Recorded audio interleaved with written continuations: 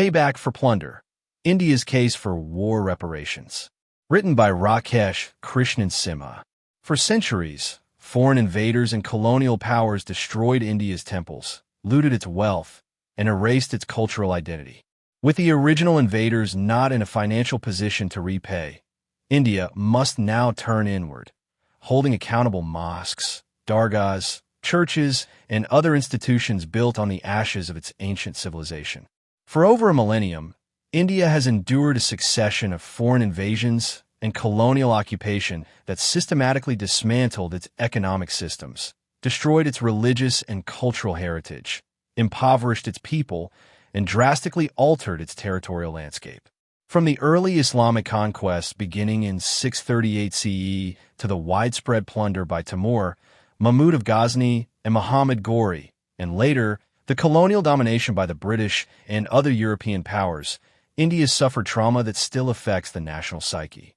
This article argues for a lawful, historically grounded, and institutionally driven framework for war reparations and cultural restitution. Given that monetary reparations from the modern successors of invading powers are largely impractical, India can, and must, seek justice through institutional and property-based war reparations. This includes reclaiming structures built upon desecrated Hindu, Jain, and Buddhist sites, reforming religious land trusts formed under foreign patronage, and holding institutions that still benefit from looted or alienated lands accountable. While modern states like Iraq, Syria, Uzbekistan, Turkey, Iran, and Tatarstan are not direct successors of historical conquerors, the institutions and properties created during those eras still exist and continue to benefit from the consequences of conquest. That legacy can and should be subject to accountability. A War Reparations and Cultural Restitution Act could serve as a formal mechanism to seek redress for these historical aggressions, not as an act of vengeance, but as a step toward historical justice. It can also serve as a global model for postcolonial justice. The long shadow of conquest. India's civilizational narrative has been shaped not only by its indigenous developments, but also by centuries of external disruption. While historical change is natural, what occurred in India between the 7th and 20th centuries was not mere political evolution. It was often systematic cultural suppression, economic plunder, and spiritual vandalism, an erasure of memory intended to replace one civilizational identity with another. We do not aim to revive ancient grievances or stir intercommunal hostilities. Instead, we advocate for a principled, legal, and evidence-based approach to historical justice, anchored in international law, archaeological records, and cultural rights. Brief history of invasions and looting. India's tryst with violent external incursions began with Arab invasions that started in 638 CE. They were soundly defeated, but with Muhammad bin Qasim's conquest of Sind in 712 CE, the Islamic hordes got a foothold in India.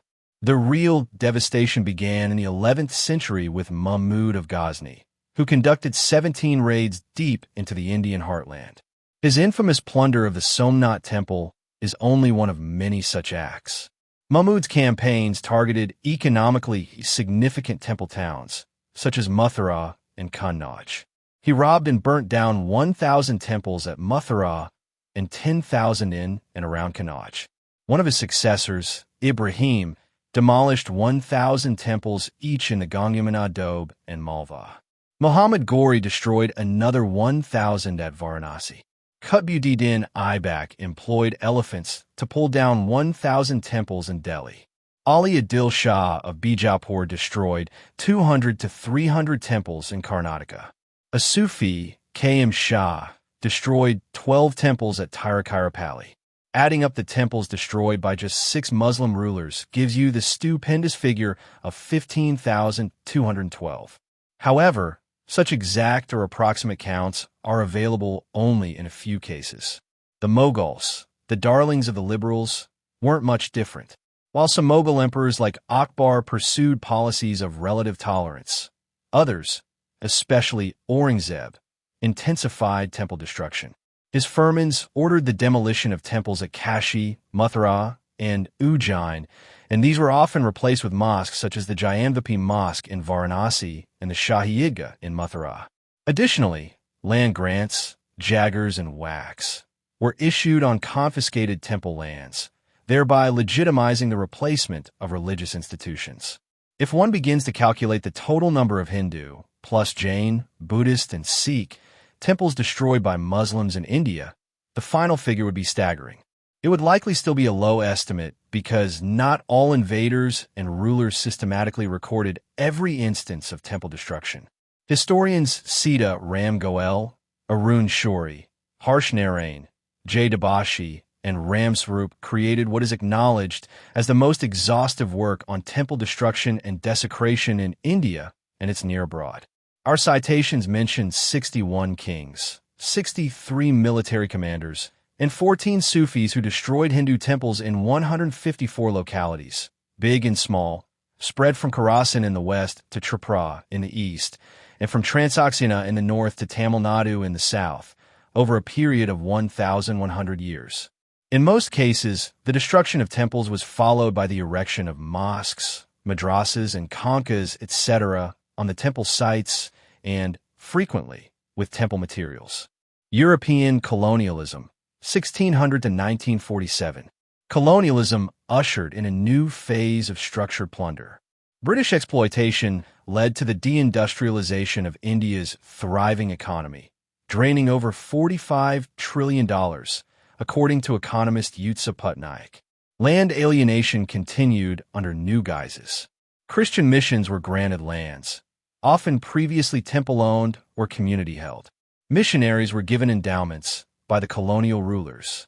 Colonial laws, such as the Waqf Act of 1923 and the Church Endowments Acts, codified foreign religious dominance over alienated lands. Why reparations are justified. There is ample historical precedent affirming the legitimacy of war reparations as a form of justice for historical wrongs. After World War II, Germany paid billions in reparations to Holocaust survivors and the State of Israel, acknowledging the scale of atrocity and displacement. Similarly, Japan compensated victims of its wartime aggression in Korea and China, particularly those subjected to forced labor and exploitation. In South Africa, the Truth and Reconciliation Commission enabled institutional and symbolic compensation for victims of apartheid, recognizing the systemic nature of historical injustice. Plus, the United Nations Basic Principles on Reparations, 2005, explicitly affirmed the right of nations and individuals to compensation and guarantees of non-recurrence in cases of gross violations of human rights or humanitarian law. In this global context, India's claim for reparations and cultural restoration is based on firm legal and moral grounds, aligning with established norms of transitional justice and civilizational redress. Focus on institutional reparations. Mosques, dargahs. There are hundreds of examples of such structures. For instance, in Baraik, Uttar Pradesh, the dargah of Salam Masood, a Turkic invader and nephew of Mahmud of Ghazni, attracts many Hindus despite his role in early Islamic invasions of India. Its earnings run into the millions. The Ajmer Dargah, which attracts millions of pilgrims who donate vast sums of money, was likely constructed after razing a Hindu temple. But more to the point, it was built to honor Khwaja Moinuddin Chishti, who was instrumental in the destruction of the Hindu kingdom of Ajmer by goading Muhammad Ghori to attack it. Down south in Kerala, the Sabarimala pilgrimage route has a shrine dedicated to Vavar, a Muslim pirate. It also collects millions in donations from Hindus. Delhi's Jama Masjid is allegedly built using the remains of demolished temples in Rajasthan.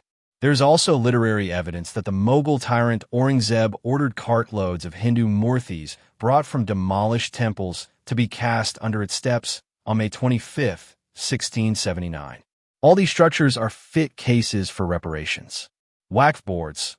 The Waqf board controls and manages 940,000 acres of land across 870,000 properties, with an estimated value of 1.2 Indian rupees lakh crore, approximately 15 billion US dollars. This makes the Waqf board the third largest landowner in India, after the Indian Railways, and the armed forces. Some of these lands originated from temple sites appropriated during Islamic rule. While not all Waqf land is controversial, many sites, such as those in Varanasi, Mathura, and Jaunpur, sit on historically contested terrain. Church trusts and missionary institutions. Numerous church properties, particularly in South India and the Northeast, were granted land during the colonial era. Some of this land was appropriated from communities or was historically part of temple complexes or common lands. During the construction of the Bengaluru Metro, it was discovered that land under the control of All Saints Church was leased to the church authorities by the Army during 1865, 1884, and 1898. A national audit could determine which properties were unjustly acquired under colonial privilege and should now be subject to restitution. Foreign museums and institutions. Thousands of Indian artifacts, including idols, manuscripts, and jewels, were stolen and now reside in institutions such as the British Museum, the Victoria and Albert Museum, and the collections of Oxford and Cambridge universities. India has a strong case under UNESCO conventions and bilateral agreements to demand the return of these cultural treasures. Proposed framework for reparations. A comprehensive law should be introduced to address the long-standing legacy of civilizational and cultural damage. This legislation would begin by establishing a national commission identifying key categories of historical injustice. These include destroyed temple sites, lands alienated during foreign rule and converted into religious or educational use, and institutions, both domestic and foreign, that directly benefited from imperial or colonial patronage. The act would also create a legal framework for restitution, enabling the return of properties where appropriate or establishing shared administrative models for historically contested religious sites. In cases where physical return is not feasible, the law could mandate financial compensation or symbolic reparations, ensuring justice without disrupting current community structures. Crucially, the Act must amend or sunset outdated colonial-era laws that continue to protect landholdings and endowments rooted in conquest. This includes reforming the Waqf Act and the Church Endowments Acts, and reviewing land grants made during the British Raj or earlier Islamic rule. To ensure transparency, the Act would require public audits of religious and institutional landholdings, especially those suspected to have originated from temple or community land seizures. Finally, the Act should establish a repatriation office under the Ministry of External Affairs. This office would actively pursue the return of stolen artifacts and cultural property from museums and private collections abroad. It would also engage in diplomatic negotiations to secure symbolic reparations, public acknowledgments, and formal apologies from institutions and nations that hold India's looted heritage. Funding and implementation. To support the implementation of these measures, the Act should also mandate the allocation of a special corpus under the Ministry of Culture. This fund will be dedicated to rebuilding demolished temples, preserving historically significant sites, and digitizing lost or damaged manuscripts and other cultural records. Such a corpus would serve not only as a financial engine for compensation, but also as a symbol of India's commitment to reviving its civilizational heritage. The initiative should collaborate closely with institutions such as the Archaeological Survey of India, the Indian Council of Historical Research, and relevant state archaeological bodies to ensure historical accuracy, legal soundness, and cultural sensitivity in the restoration process. Can India really do this? Every bold idea meets its share of challenges, and pushing for reparations is no exception. However, each challenge has a path forward if handled with clarity, care, and conviction. Legal hurdles are not roadblocks. While India's current laws don't allow for property reassignment based on centuries-old history, this doesn't mean justice is out of reach.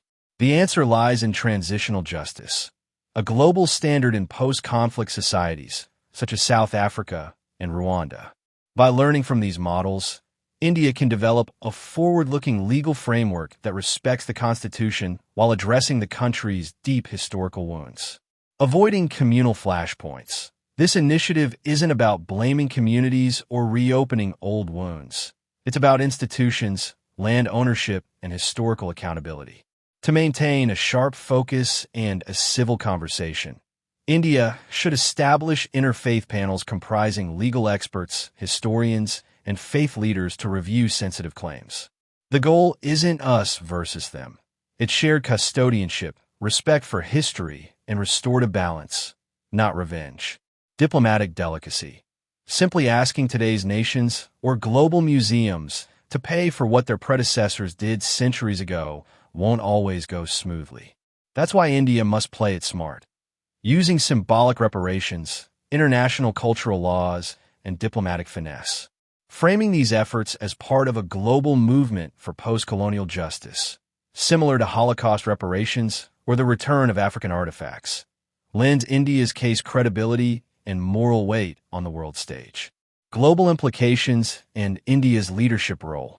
If implemented properly, India's reparations initiative would set a global precedent for other post-colonial nations in Africa, Asia, and Latin America.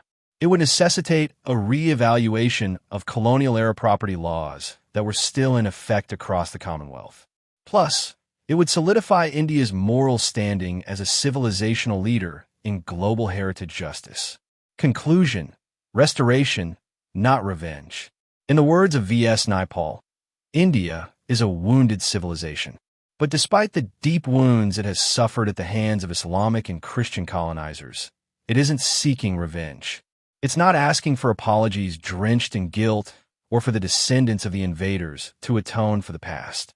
What it's asking for is something far more powerful: recognition and restoration. You can't rewind centuries of loot, desecration, and cultural erasure, but you can restore what was lost, repair what was broken, and reclaim what was taken.